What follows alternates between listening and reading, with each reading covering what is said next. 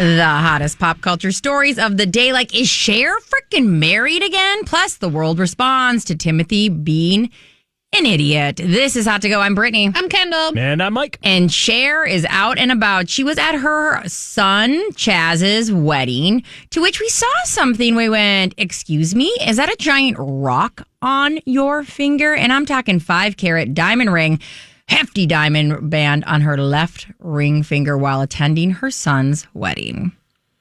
That is definitely a wedding ring and a wedding band. Like, okay, so the ring being one thing, right? Mm-hmm. Like the thing that looks like a wedding ring, the 5-carat diamond. But you could maybe get away with being like, well, I'm Cher, I'm just fabulous. I wear diamonds. I wear giant diamonds. That's on you if you think I'm married because it's on my ring finger. But it's the band that's below it that has all those diamonds that looks like a wedding band that has me thinking she's totally married. Now, the only one we can really link her to is her on and off again boyfriend, Alexander Edwards, a.k.a. AE. He's a music exec. He's 39 years old to her 79 years of age. And again, they've been together since 2022, but they have been on and off again. So... But we did see him give her a massive, massive ring back like a few years ago that we thought was an engagement ring. People ran with the story. She put it on her social media and said, there are no words, Alexander A.E. And it's a picture of this massive rock that looks exactly like the one she's wearing. Plus now you've got the wedding band on it as well. I just think Cher's one of those people, too, that doesn't wear a wedding ring all the time. Like, only is taking it out because it's her son's wedding. Yeah. You know? And if you're wondering, because the last time we talked about her son, we talked about Elijah Ullman. He was the one who was arrested in New Hampshire on assault and trespass charges, and then they were trying to get in conservatorship last year. This is not that son. This is a different son completely. If this is true, this would be Cher's third marriage. Mm-hmm. She was married to Sonny Bono from 64 to 75, an 11-year marriage. When she divorced him, she got married to Greg Allman about 3 to 4 days after her divorce. Only 3 or 4 days? Finalized. And then their marriage ended 4 years later to Greg Allman. What? From the Allman Brothers Band. Okay, I love that band. Yeah. Okay. But also, 3 or 4 days? And I'm sure they were... divorce finalized. They were probably separated for a while. Exactly. And especially somebody who's like, they're that intertwined, their businesses, Sonny and Cher. I mean, Sonny and Cher. And so I'm sure it took a long time. And they were probably Greg Allman's like, once you're divorced, you're mine. Mark that wedding date on the calendar. Just make it 3 days after the divorce date, please. Mm-hmm. Whenever you get those, whatever the nearest weekend is. Yeah. Mm-hmm. Brittany, I'm really proud of you for getting through this whole conversation without doing your share. Do you believe I did that today? Thank you. And we didn't make it. Timothée Chalamet. You may know him, very famous actor, up for an Oscar again, and the guy who likes to pee on people's rainbows, especially if they work in the ballet or in the opera. You're getting so literal, and I was like, I don't remember this part of the story. When did he do that? Yeah. He said in an interview that is now resurfacing, I don't want to work in ballet or opera, where it's like, hey, keep this thing alive even though no one cares about it anymore. All respect the ballet and opera people out there. Yeah, that went over super well. So first up, because let's just talk about all the ways that this idiot's wrong and all the people who are now dunking on Timothée Chalamet. Doja Cat was number one. She puts out this video immediately. It's like, hey, by the way, opera is like 400 years old, ballet, 500 years old. Someone named Timothée Chalamet had the nerve to say that nobody cares. Like, she's right. Jonathan Bailey, man's sexiest man alive, people's sexiest man alive, said, I started in ballet. It's an amazing time to be in the community. Literally all the ballet people, the Royal Ballet and Opera are taking shots at him. I think I just saw something in the Seattle Opera that said if you use the code word Timothy, that you get $14 off your ticket to like their next performance. Because he also said something like, well, that's just my 14. I like lost 14 cents. Or he said something weird about 14 cents when he was saying this. Yeah. Everybody's coming for him. Nice. And I'm like, why? Even Jeopardy, freaking Jeopardy put out, because they're just sassy. Ken Jennings is soup sass. He's a queen of shade. But they put out a little thing on Instagram, and all it was the category ballet and opera. So good. Like, it's just so shady. I don't understand. Timothée Chalamet, why are you saying this? Like, you also work in the physical, creative arts. Yeah, like, especially you stem from opera. Like, that was the first performing arts kind of vibe. Yes. So it's not like you're an oil worker where you're like, this stuff is dumb. Blah. Like, you wear little costumes with makeup and you get ready and you do little dances and little steps and you have little marks. Like, it's not that crazy. I will say, I think that there is something to be said where you go, are they thriving industries right now? Well, I don't know, but you shouldn't. What's he doing? You don't get to. You shouldn't say that. We know that. I'm just saying, like, it's not like he's. It's just wild to me. He's like doubled down on this too. Okay, I want to know what you think in the comments. Was Timothée Chalamet completely out of line, or was like there a good amount of truth to what he said, and it's kind of like what some people think? Or was it absolute, how dare he, monster? We want to know. Make sure you comment below because we're dying to know. Mike, you had an interesting theory on this. I did. And I still think this could be a true theory. Like, this could still be legit. They are just leaning into it now. But it's no secret he was the odds-on favorite to win the Best Actor. Yeah. He had been, like, going to be the Best Actor, like, 90% of the time. People still didn't know how everything was going to shake out, but they knew he was going to be Best Actor. That's flipped. Michael B. Jordan is now the clear favorite to win Best Actor at the Oscars. Could this be their way of, like, leaning into, the Academy? They're offended that he said these things about another art form, so that's why he didn't win the Oscar. Basically saying it's not the fact that his performance wasn't good enough. Of course, his performance was great, just like it was the year before with Bob Dylan, and he didn't get it. And just like the year, but like he's been up for this Oscar a few times, and is this their way of leaning into? Here's the reason why he didn't get it. It's like the faking an injury before the game because you know you're going to lose. There you go. It's like, I like this theory. It works in theory. Yeah. But he said this once in 2019 or something similar. Yep. And then this actual podcast, it was a town hall on CNN with Matthew McConaughey. Yeah. It aired on February 21st. So for whatever reason, to your point, Mike, his people are like pushing it in the Now narrative. it's getting pushed, yeah. Like, why else would this have come up all these months later? You know, no one just discovered it. It was someone put it out there. But voting was over by the time this story got out. So it's really weird. Or like maybe they heard that he wasn't going to win. Mm-hmm. The odds flipped and they want to have an excuse. Yeah. I don't know, Kris Jenner? The PR queen of the world. Can we spin this somehow? She's like, it's time to fake roll an injury, a.k.a. attack ballet. There you go. Okay, Timothée. All right. It's official. We heard rumblings that Travis Kelce for sure is going to be back with the Chiefs. Well, it is official. We've got the womp, womp, womp, womp announcement that New Heights. Travis Kelce said he will be returning to the Kansas City Chiefs for the 14th season of his. We know last year there was a lot of conversation around won't he retire.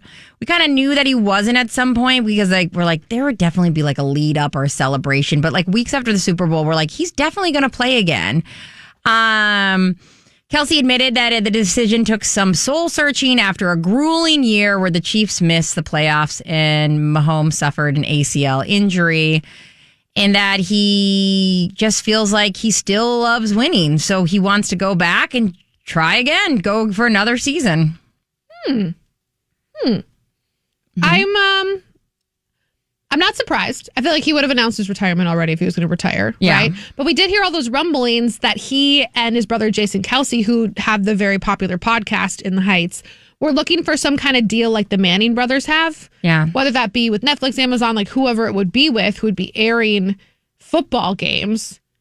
I don't know if that fell through and that's why he decided to play again, or if there are other things at play here. I think that's a good question.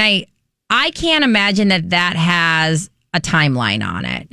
Like if he did another year or 2 years in this little football hobby of his, he could still come back because those two are magnetic. They're such a good team. I think that they could still make those deals while he's in. And actually, the longer he does football, the more of a stronghold and connection they have in the football world.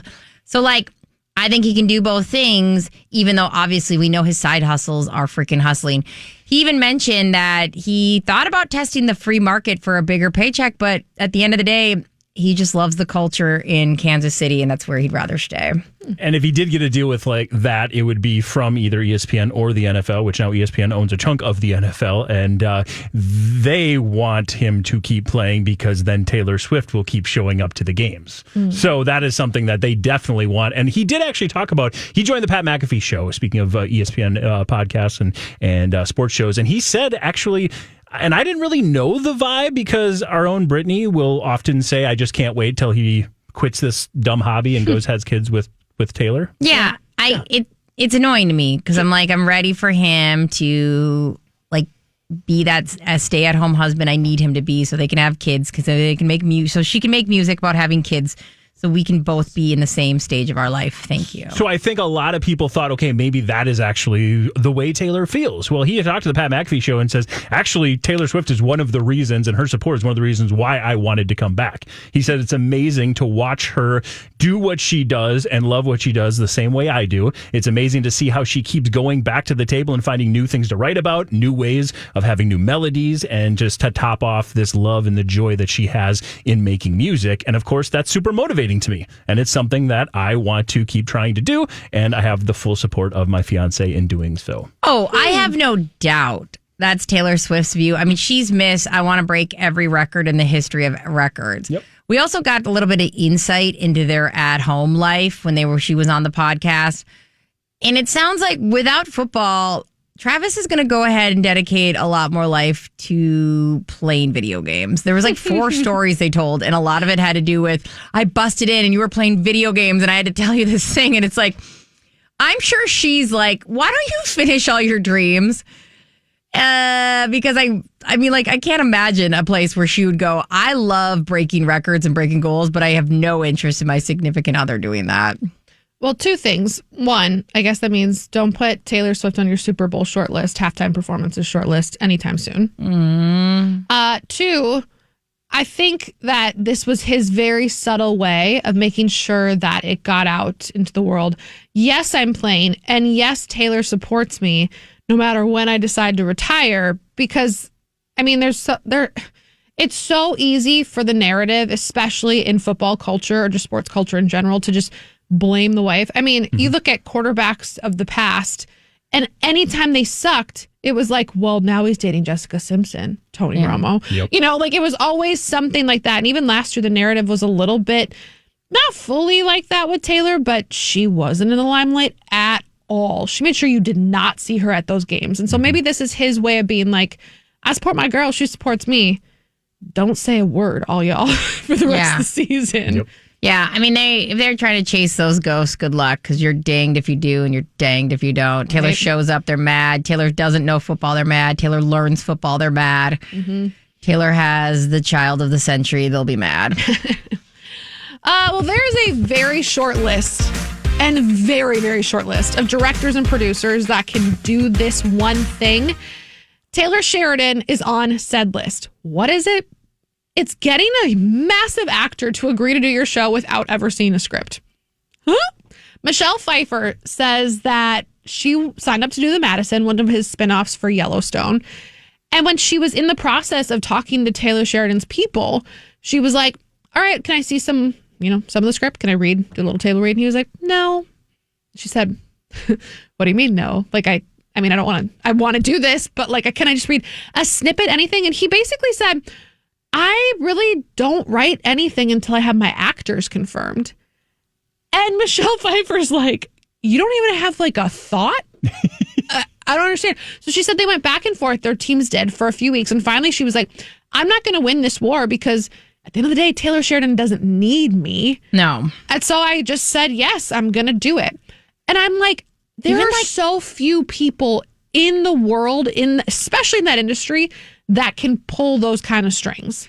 Even like a screenshot of a note app that you wrote something down? Like what? What do you mean you have no thoughts? Like a text you sent to somebody? Like what do you mean? Did you not pitch this show to somebody? And then he goes, no. That's what's so funny. The answer is no. And like we know that because Peacock bought Taylor Sheridan for future ideas. Mm-hmm. They said, we have so much faith in you. We're not buying your back catalog. We're not buying Yellowstone and all the spinoffs.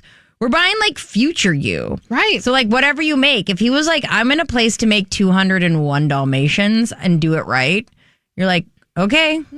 Like they have so much faith in this guy. And it's like, this is the first time. You're right. There's not a lot of people that are going to be able to boss Michelle Pfeiffer around because she can pick whatever role she wants. But this is one of them. Mm-hmm. It's wild. You think of like James Cameron, maybe? Sure. I mean, Spielberg for sure. Ridley Scott, maybe. Scorsese, yeah. I got really good news for both of you, though. What? You can actually watch The Madison. What? They've done a really good job of keeping this under the radar until just recently because, for obvious reasons, they want people to watch it. This was initially going to be a spinoff of Yellowstone. That's what it always was supposed to be. They just kind of pivoted recently. This is a standalone series. It's going to take place in Montana and New York. It's going to be back and forth. Kurt Russell's in it. Michelle Pfeiffer's in it. It's debuting here in just a few days on Paramount Plus. Matthew Fox from Lost is in it. I mean, just a lot of big names. Patrick Adams from Suits. Are you saying like we can watch it because we have not consumed anything prior? You've been terrified of joining the Yellowstone universe and trying to watch any of this Taylor Sheridan content. I'm saying now it's only 6 episodes. Now the problem is it's on Paramount Plus, but if you've got Paramount Plus, you can check it out. Have it for like 3 more days. That's Peacock. This is That's Paramount different. Plus. Oh, I don't have this. Oh no, it's like those are different words.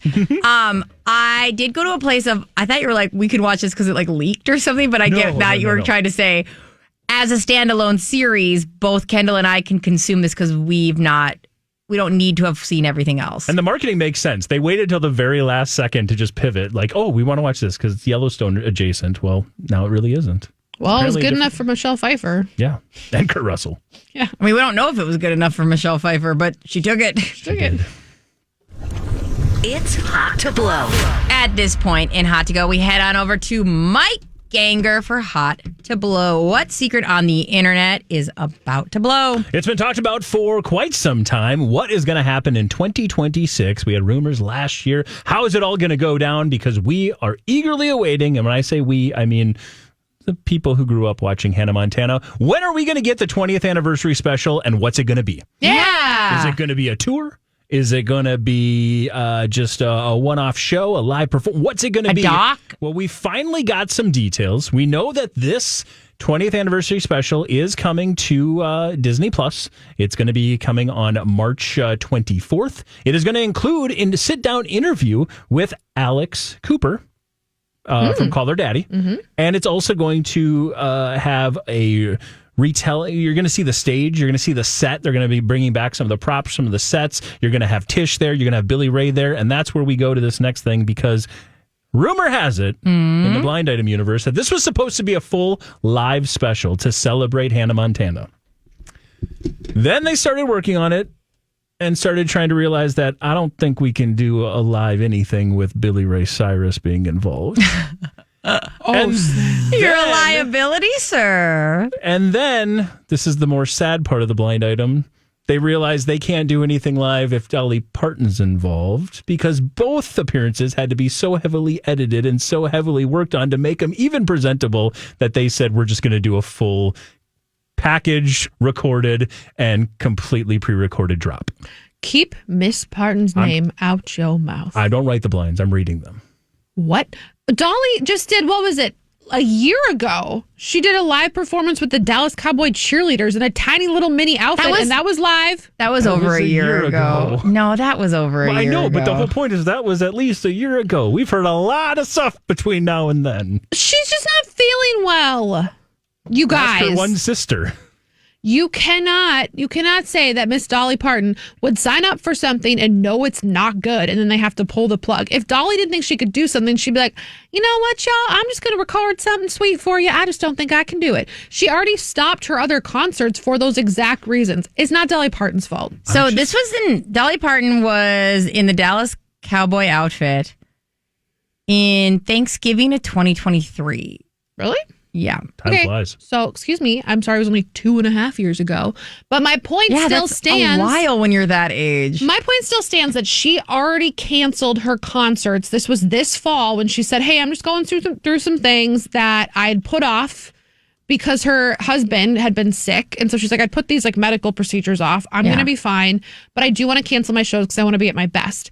You're telling me that same person was scheduled to do a live show and sucked so much, but was so unaware of how much she sucked that they were like, we can't have her live. No. She would have been like, I'm not at my 100%. I'm going to record something for you. Kisses and love. Yeah. And like, I will say I agree with Kendall in the way. Do I, just to be clear. Yeah. No. It's a blind item. No one's mad at you. I meant like, I agree with this theory. Wax Max like a pit bull. Is because Dolly Parton really wasn't a big part of Hannah Montana. I know that she's the godmother of Miley, but like, she wouldn't have to be at the actual thing like Kendall's saying. She shows up. She's a character on Dolly. She's on I know, but like, not, you could get away with like a hi, I'm Aunt Dolly, like Kendall said, like a pre-recorded something. You need Billy Ray there. And let's be honest, Billy Ray's definitely the liability. He's enough liability for all of the people. That's fair. Yeah, Billy Ray is the problem. Gossip rags. Dolly's as I live and breathe. I cannot with these people. Ugh. Can't believe that was It's Hot Mess. 2.5 years ago. Okay, this is something we need to talk about. This whole situation is a huge, giant, hot mess. I'm talking about the canceling of the Dak Prescott, Sarah James Ramos wedding. Now, as we know, yesterday we got a leaked email around their wedding being canceled. Their wedding was supposed to go down in 1 month, April 10th. It was in Italy, and they said, we are heartbroken to announce that we are not going to go through with the wedding. We're so sorry for all the inconveniences. And there was so much talk around what the heck happened. These two people have kids together, and it just gets wilder and wilder. Today now, we have a Sarah out there trying to make sure that she is like on her social media saying, I've seen the videos around this being a prenup issue. And let me tell you, this is not a prenup issue. She said that her representatives claim that the split was mutual and heartbroken. I know. That was the verbiage. And heartbroken. What if people don't know, Dak Prescott is the quarterback for the Dallas Cowboys. And this, I think, Brittany, like, it's so right that this is such a mess because Dallas culture of like who's who in Texas, like this is a big high society deal. This is that small town effect that Texas seems to have, is like everybody knows everybody. You don't want to do any sort of social nuances that are negative. Yeah, and this is right on the heels of they confirmed that they had a joint bachelorette party where a giant argument broke out, a major argument that is suggesting that the breakup had followed this major argument. Okay, one. Are we getting rid of joint bachelorette parties in general? Why are we doing this? I mean, I think get rid of them in general, both of them. Like, why are we doing this joint thing? Like, either you don't trust your person. Yeah. And she obviously does not. That has been a big conversation, is that in the past, she has felt like he has talked to so many women. So, like, it is not a good sign. Ladies, and I guess guys, if you're in a place of, let's do a joint bachelorette party because I don't trust my significant other, your life will be hell. Mm-hmm. Don't do it. Don't do it. Cancel the wedding a month prior. Mm-hmm. Do this. Mm-hmm. Mm-hmm. No, this is one of those things that you look at externally and go, okay, they have 2 kids, to your point, Brittany. They have a 2-year-old and a 10-month-old. So it's not like they're not committed to each other. Right. But like where there was smoke, there was fire. And if people are already saying behind the scenes that Dak talks to other women, they're having a joint bachelorette party, there's a big enough blow up. Okay, well, there's only so many things it can be about that you're canceling your wedding last minute. It's going to be infidelity that actually happened that you see or something. Or you don't trust that person at all. Yeah. Or it's money. And if it's not money, and Mike, you were saying she comes from money. Yeah, it sounded like, because again, I mean, Dak has made career earnings wise, this is real dollars. He has made $300 million playing quarterback for the Dallas Cowboys throughout his career. But she also, I believe, I don't remember exactly, it was like the wine. She's, I think, a wine and she helps curate wine sort of things, but I think her family, I don't remember exactly the industry, but she claims like money is not an issue for me and my family, or Miami-based family. That is just fine. So again, the money hasn't been the thing. There was an exclusive to Page 6 that said a source familiar with the situation claims that Prescott had a history of communicating with other women during their relationship, and she stayed with him hoping he would clean up his act for the sake of their family. Clearly that did not happen. Communicating. Yeah. I love that verbiage. He was communicating with other women. What does that mean? That means he'd be talking to some women on the side. Like, and again, that's so gross. Like we said, their finances are still intertwined. They have 2 small children together. So it's not like all of a sudden they go, all right, no more figuring out. Like, of course, his whatever $100 million is still going to go towards raising those kids, and her finances are as well. $300 million. 300. I don't like, and you know that quarterback is that's a gig to get. Oh, I should have done that. You should have. You know that she also probably had that moment of like, if she was feeling this way, she was like, I'm not raising my daughters to think this is okay. Yeah, it's a great point. All right. Guess what? We put these bad boys out every single day on YouTube. You can see our faces, comment, and think or mentioned. Do you agree with us? Why'd they cancel this dang wedding? We want to know. What are your thoughts? Make sure you like, share, subscribe, and send it to a bestie.